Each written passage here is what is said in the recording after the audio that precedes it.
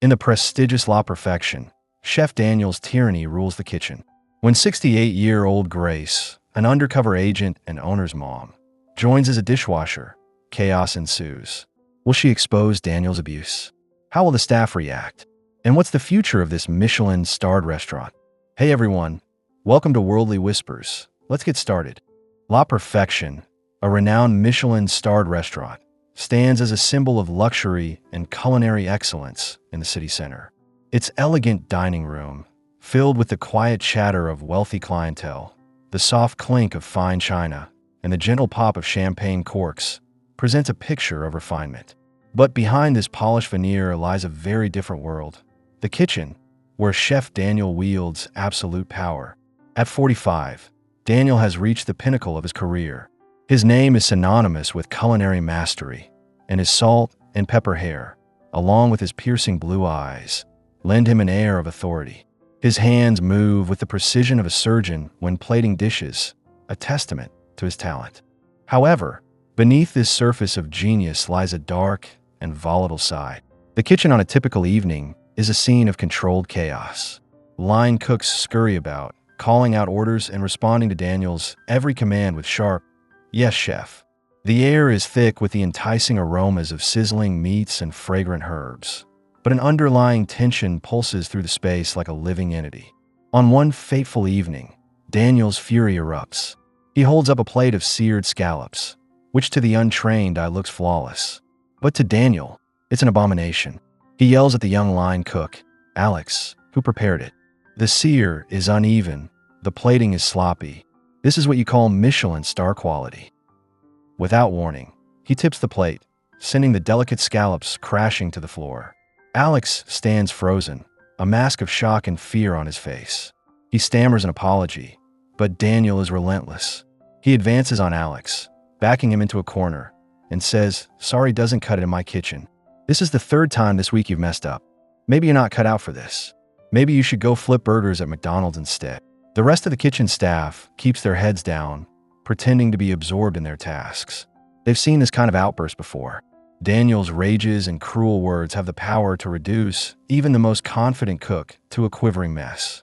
It's just another day in the high-pressure environment of La Perfection's kitchen. As Daniel continues his tirade, Sarah, a kind-eyed waitress in her late 20s, approaches the pass. She tries to gently inform Daniel that the Carmichaels, one of their most valued customers, are asking about their order. But Daniel whirls on her, his eyes flashing. "Do I look like I care what the Carmichaels want right now? Can't you see I'm dealing with incompetence here?" He snaps, gesturing wildly at Alex. Sarah flinches but holds her ground. Daniel, however, is in no mood to listen. He orders her out of the kitchen, and when she retreats, her cheeks burn with humiliation. Daniel then turns back to Alex and fires him on the spot, telling him not to bother coming in tomorrow or ever again. Alex's face crumples, and he silently removes his apron, places it on the counter, and walks out, his shoulders slumped in defeat. The other staff members exchange worried glances, knowing full well that they could be the next target of Daniel's anger. Despite the chaos in the kitchen, Daniel expects the staff to continue working as if nothing has happened. He barks orders, and the kitchen bursts into frenzied activity once more, with everyone desperate to avoid becoming his next victim. But a palpable undercurrent of resentment and fear hangs heavy in the air. As the night progresses, more casualties fall to Daniel's wrath. The sommelier is berated for suggesting the wrong wine pairing, and the pastry chef nearly breaks down in tears when Daniel declares her chocolate soufflé an insult to cocoa beans. Even the dishwashers aren't safe, as Daniel storms into their area to criticize the water temperature and the shine on the plates. By the time the last customer leaves and the kitchen begins its nightly clean-up, the staff is exhausted, both physically and emotionally. They move like automatons, scrubbing and polishing in silence, each lost in their own thoughts. Sarah lingers in the dining room, helping to clear the last of the tables. She can't shake the image of Alex's dejected face as he left. She overhears a conversation between two regular customers who notice the tense atmosphere in the kitchen and the stressed out staff. Sarah bites her lip, fighting the urge to speak up, knowing that if word gets back to Daniel, her job could be on the line. Finally, Daniel emerges from the kitchen, looking immaculate. He announces that they maintain their standards as always, claiming that perfection is a choice. But the staff's lack of enthusiasm is evident. Sarah overhears two line cooks whispering about how they can't take much more of Daniel's behavior. One is considering quitting, but the other points out that having Daniel's name on their resume opens doors in the industry, so they feel stuck. As Sarah steps out into the cool night air, she can't shake the feeling that something has to give. Little does she know that the following day, a new arrival at the restaurant will set in motion a series of events that will change everything. The next morning, as the city is just waking up, Grace Williams, a 68-year-old black woman with silver hair and kind eyes, approaches La Perfection. Grace has a quiet dignity and strength about her. She's here for an undercover mission. Her son Marcus, the CEO of La Perfection, has asked her to work as a dishwasher after hearing rumors about the toxic environment in the kitchen. Grace, determined to protect the family legacy, readily agrees. The maitre d', Thomas, is surprised when Grace enters the restaurant, thinking she's an early customer. When he realizes she's there for the dishwasher position, he quickly goes to fetch Chef Daniel. Daniel comes out and looks Grace up and down with a mix of surprise and disdain. He clearly doubts her ability to handle the job, given her age. But Grace meets his gaze steadily, assuring him that she's more than capable. Daniel leads Grace to the dishwashing station and gives her a curt rundown of her duties. He emphasizes that every dish, pot, and utensil must be spotless, as the restaurant's reputation depends on it. Grace nods, saying she believes every job, no matter how small, is crucial for the overall success of the operation. Daniel seems suspicious, as if he thinks she's mocking him, but Grace's earnest expression convinces him to let her start immediately. As Grace settles into her role, she efficiently goes about washing dishes. She's always found a meditative quality in household tasks, and she approaches dishwashing with the same focus. While working, she observes the kitchen dynamics. Daniel's talent is undeniable. He can taste a sauce and instantly know what it needs, or look at a dish and spot any imperfection. However, his communication methods are abysmal. Grace witnesses Daniel berating a young cook for a pan of perfectly seared fish that he claims is overcooked. The cook is visibly trembling, and Daniel's harsh words make him frantic. Grace feels a pang of sympathy, remembering her own early days in the culinary world. She notes how the staff flinches whenever Daniel approaches, and how they speak in hushed tones when he's out of earshot. It's clear they respect his skill, but fear his temper. During a lull in the afternoon, Sarah, the waitress Grace noticed earlier, approaches her.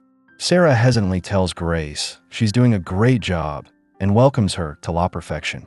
Then, looking around nervously, she warns Grace about Chef Daniel's harshness, especially towards new staff. Grace thanks Sarah for her concern, assuring her that she's faced many storms in life, and this is just another one. Just as Sarah is about to say more, Daniel's booming voice interrupts them. He scolds them for chatting instead of working, as they have a full house that night. Sarah quickly scurries away, while Grace calmly returns to her task. As Grace works, she can't help but contrast the exquisite food being prepared with the toxic atmosphere in the kitchen. She knows her son Marcus would be dismayed if he saw this. The restaurant was her late husband's dream, and Marcus vowed to uphold the legacy. But Grace believes the true legacy lies in the people, culture, and values, not just the food and accolades. As days turn into weeks, Grace becomes a fixture in the kitchen. However, she also becomes a frequent target of Daniel's ire. He starts with snide comments like calling her grandma and telling her to keep up, as if the dishwashing station isn't a retirement home. Grace bears it all with a patient smile, but she notices the other staff wincing at Daniel's words and giving her sympathetic glances. One busy evening, as the kitchen readies for a high-profile event, Daniel's temper reaches a boiling point. He storms over to the dishwashing station, holding a plate with a barely visible smudge. He yells at Grace, thrusting the plate in her face and saying it's unacceptable, especially with food critics coming in that night. Grace calmly apologizes and says she'll rewash it, but Daniel isn't satisfied. He sneers at her, suggesting she's too old for the job and her eyesight is failing. The kitchen falls silent as everyone watches this confrontation. Grace stands her ground, saying her eyes are fine and she's capable of doing her job. Daniel storms off, still barking orders. As soon as he's out of earshot, Sarah rushes to Grace, worried about her. Grace reassures Sarah that she's okay and that patience and perspective can handle a lot. As the weeks progress, Daniel's treatment of Grace worsens. He seems to be deliberately trying to make her quit. Grace, however, remains unruffled. She overhears two line cooks talking about how Daniel is treating her poorly, and she smiles to herself. She's carefully keeping track of every insult as she's building a case against Daniel. Grace also finds unexpected allies in the kitchen. Sarah often acts as a buffer between her and Daniel's outbursts. Other staff members show small acts of kindness, like a young prep cook helping Grace carry heavy stacks of plates or the pastry chef slipping her an extra dessert. It seems Grace's quiet dignity in the face of Daniel's abuse has inspired a sense of solidarity among the staff. But Daniel remains oblivious to this shift and continues to single Grace out, using her as an example of what not to do in front of the whole staff. One evening, Sarah approaches Grace nervously. She tells Grace that some of the staff are considering going to management or even the owner about Daniel's behavior.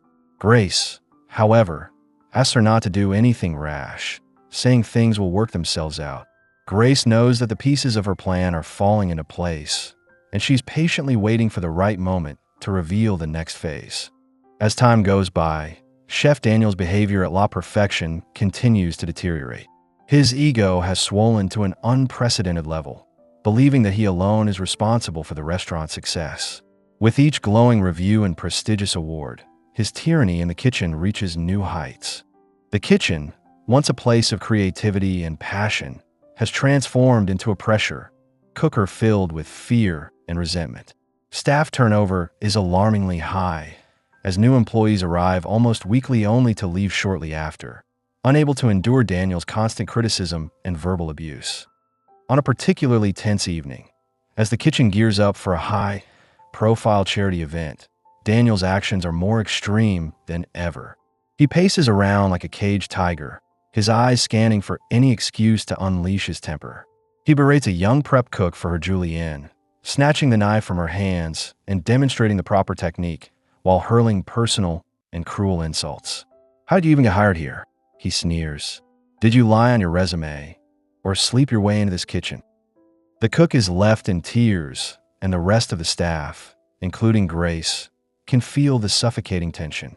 Grace, who has been observing these events from her dishwashing station, notices the toll this environment is taking on everyone. The once confident chefs are now nervous wrecks, their love for cooking being slowly crushed under Daniel's tyranny. She overhears two experienced line cooks whispering about how they can't take it anymore. One says, "I've worked in tough kitchens before, but this is something else." The other agrees, lamenting that although having Daniel's name on their resume is a plus, the cost of their mental and emotional well-being is too high. Daniel's attacks on Grace also become more frequent and personal. One day, as Grace is carefully polishing a set of expensive crystal glasses, Daniel approaches with a sneer. Well, he says sarcastically, "if it isn't our resident fossil. Were these the kind of glasses you used back in the Stone Age?" Grace responds calmly, talking about the enduring quality of fine crystal. Enraged by her composure, Daniel snatches a glass from her hand and smashes it against the sink. Shards of crystal scatter across the floor, and the kitchen falls silent. He coldly tells her to clean it up and storms off. Several staff members, including Sarah, rush to Grace's side, worried if she's hurt. Grace assures them she's fine, joking that only her pride and the restaurant's glassware budget have been wounded. This incident, however, is a turning point. The staff is more aware than ever of Daniel's erratic and cruel behavior, and the resentment towards him grows. As the charity event progresses, the pressure in the kitchen becomes almost unbearable.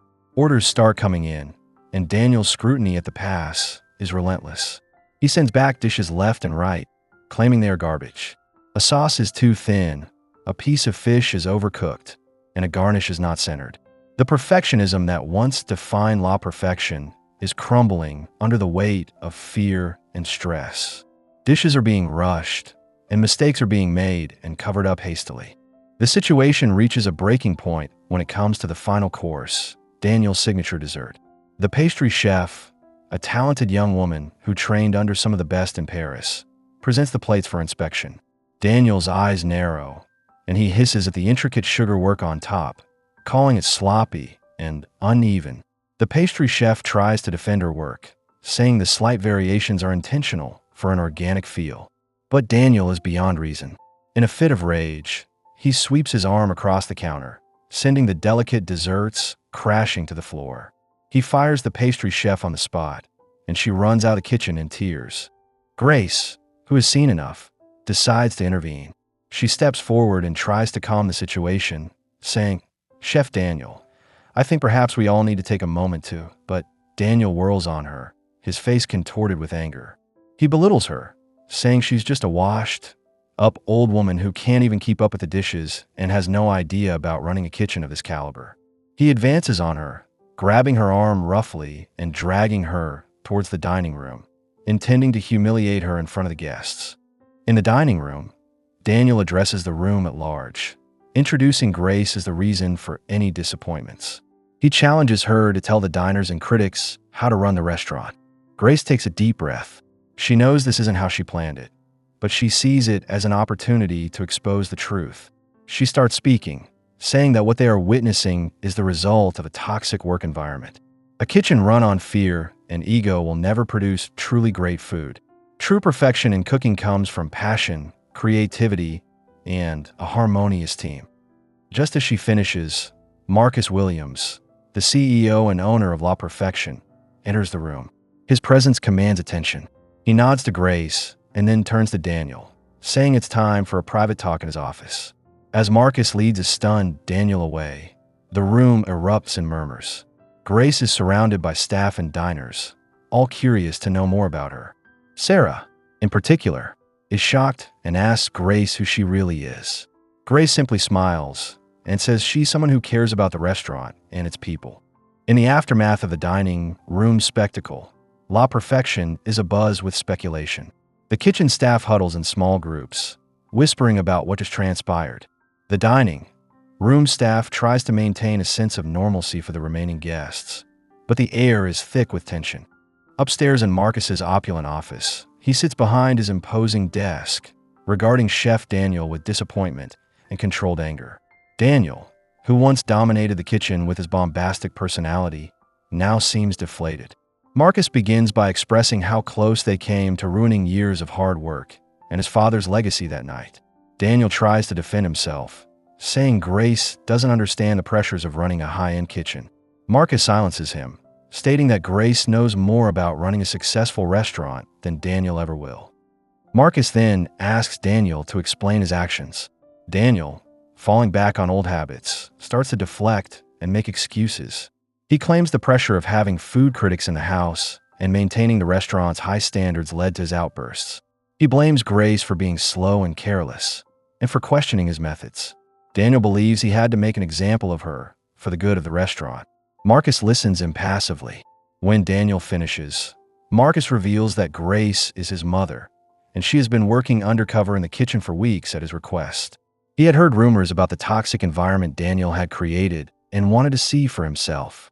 Marcus recounts how he witnessed Daniel bullying and belittling the staff, destroying food and equipment, and humiliating Grace in front of the guests.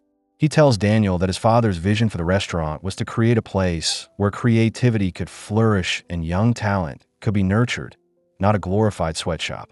Daniel is stunned. The realization of what he has done hits him hard. Marcus then begins to discuss Daniel's future at La Perfection, or rather, the likely lack thereof. Daniel's world, the empire he thought he had built, is crumbling around him. Down in the kitchen, Grace continues to work at her dishwashing station, insisting on finishing her shift even after her true identity is revealed. Sarah approaches her, still in shock. She asks Grace why she went through all this. Grace explains that it was the only way to truly understand the problem. She shares how the restaurant was once a place of joy and creativity under her late husband's leadership. But under Daniel's reign, it had turned into a place of fear. She also mentions how she witnessed both the negative aspects and the moments of kindness and resilience among the staff, which gave her hope for the restaurant's future. As they talk, Marcus emerges from the office with Daniel. Marcus addresses the assembled staff. He acknowledges the challenging evening and says it presents an opportunity to redefine perfection. He announces that there will be significant changes in the coming days and weeks. He emphasizes that every staff member is valued and their input is welcome. Marcus then turns to Daniel and asks him to speak. Daniel, looking humbled and vulnerable, steps forward. He apologizes to the staff for his behavior and the toxic environment he created. He admits that he was wrong in believing his methods were necessary for achieving greatness. He says he wants to make things right, though he doesn't expect forgiveness immediately.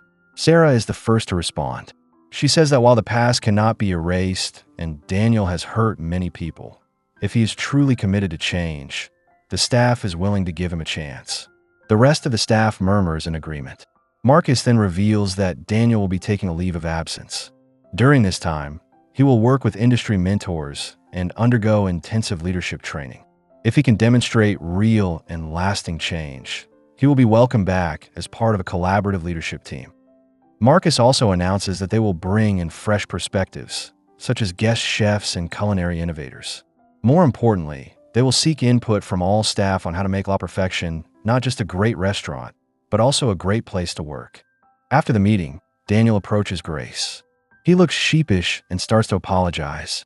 Grace stops him, saying that everyone makes mistakes, and the key is how one recovers from them. She gives him some advice, telling him that a little humility goes a long way. Daniel nods, clearly taking her words to heart. Marcus then comes over to Grace. He tells her that he never imagined the plan would unfold like this, but he is full of admiration for her. Grace chuckles and says she expects to be consulted on major decisions going forward. As the night winds down and the staff leaves, Grace takes a final look around the kitchen. She can sense that the toxic atmosphere is starting to lift, replaced by a glimmer of hope. There is still much work to be done, but she knows that La Perfection is on the path to a new beginning. In the days following the dramatic events at La Perfection, the restaurant is in a state of flux. The staff is a mix of cautious optimism and lingering uncertainty. They have all witnessed the fall of Chef Daniel's autocratic rule, but the path ahead is still unclear. Grace, now revealed as the owner's mother, has become a central figure. Her quiet presence and the way she endured Daniel's abuse have earned her the respect of the entire staff. She spends time talking to each of them, listening to their concerns and ideas for the future of the restaurant. Grace emphasizes that the new era of La Perfection should be built on a foundation of respect, teamwork, and a shared passion for culinary excellence. Marcus, meanwhile, is hard at work implementing his plans for change. He starts by reaching out to industry experts and guest chefs, inviting them to share their knowledge and experience with staff. These new voices bring fresh perspectives to the kitchen, reigniting the spark of creativity that had been extinguished under Daniel's tyranny. The kitchen itself undergoes a transformation. The once tense atmosphere is gradually being replaced by a more collaborative environment. Staff members are encouraged to experiment with new recipes and techniques, and there's an open door policy for sharing ideas. The fear that once paralyzed the kitchen is slowly giving way to a sense of excitement and anticipation. As part of the changes, Marcus also focuses on improving the working conditions. He increases the staff salaries, provides more breaks, and invests in better equipment. He wants to show the staff that their well-being is as important as the quality of the food they produce. Daniel, during his leave of absence, is a changed man. He spends his days in intensive leadership training, reflecting on his past mistakes. He reads books on management, attends workshops, and engages in one-on-one counseling sessions. He realizes that his ego had gotten in the way of his ability to lead effectively, and he is determined to become a better leader. He also reaches out to the staff he had wronged, starting with Alex, the young line cook he fired. Daniel apologizes sincerely, admitting that he was out of line. He offers Alex his job back, along with a promise to be a more supportive boss. Alex, initially hesitant, eventually accepts the offer, seeing the genuine remorse in Daniel's eyes. Other staff members who had left due to Daniel's abuse are also contacted. Marcus and Daniel work together to convince them to return, highlighting the positive changes that have taken place at the restaurant. Some of them agree, and their return helps to restore a sense of continuity and experience to the kitchen. The dining room also experiences a shift.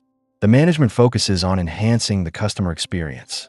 They introduce a new menu that reflects the collaborative efforts of the kitchen staff, with a greater emphasis on seasonal and locally sourced ingredients. The service is more personalized, with waitstaff taking the time to explain the dishes and answer customers' questions. Customers notice the difference. The word spreads, and La Perfection starts to attract a new clientele, as well as winning back the loyalty of old customers. Reviews in food magazines and online platforms are overwhelmingly positive, praising not only the food, but also the warm and inviting atmosphere of the restaurant.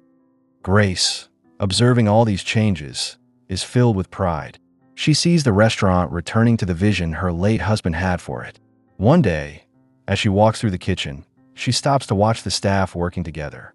The line cooks are chatting amicably as they prepare the dishes, and the pastry chef is sharing a new recipe with an apprentice. There's a sense of harmony and purpose that was missing before. Marcus joins Grace, and they exchange a smile. "Mom, your plan worked," he says. "La Perfection is finally becoming what it should be." Grace nods. "Yes, but this is just the beginning. We need to keep nurturing this new culture and ensure that it lasts." As the months pass, La Perfection continues to thrive. It becomes not only a destination for fine dining, but also a model for a healthy and productive work environment in the culinary industry. The story of its transformation spreads, inspiring other restaurants to follow in its footsteps. And Grace, Marcus, and the entire staff of La Perfection look forward to a bright future, knowing that they have built something truly special together. If this story touched you, show your support by liking and subscribing. Your encouragement helps us keep sharing memorable stories. Thanks for watching, and we'll catch you in the next one.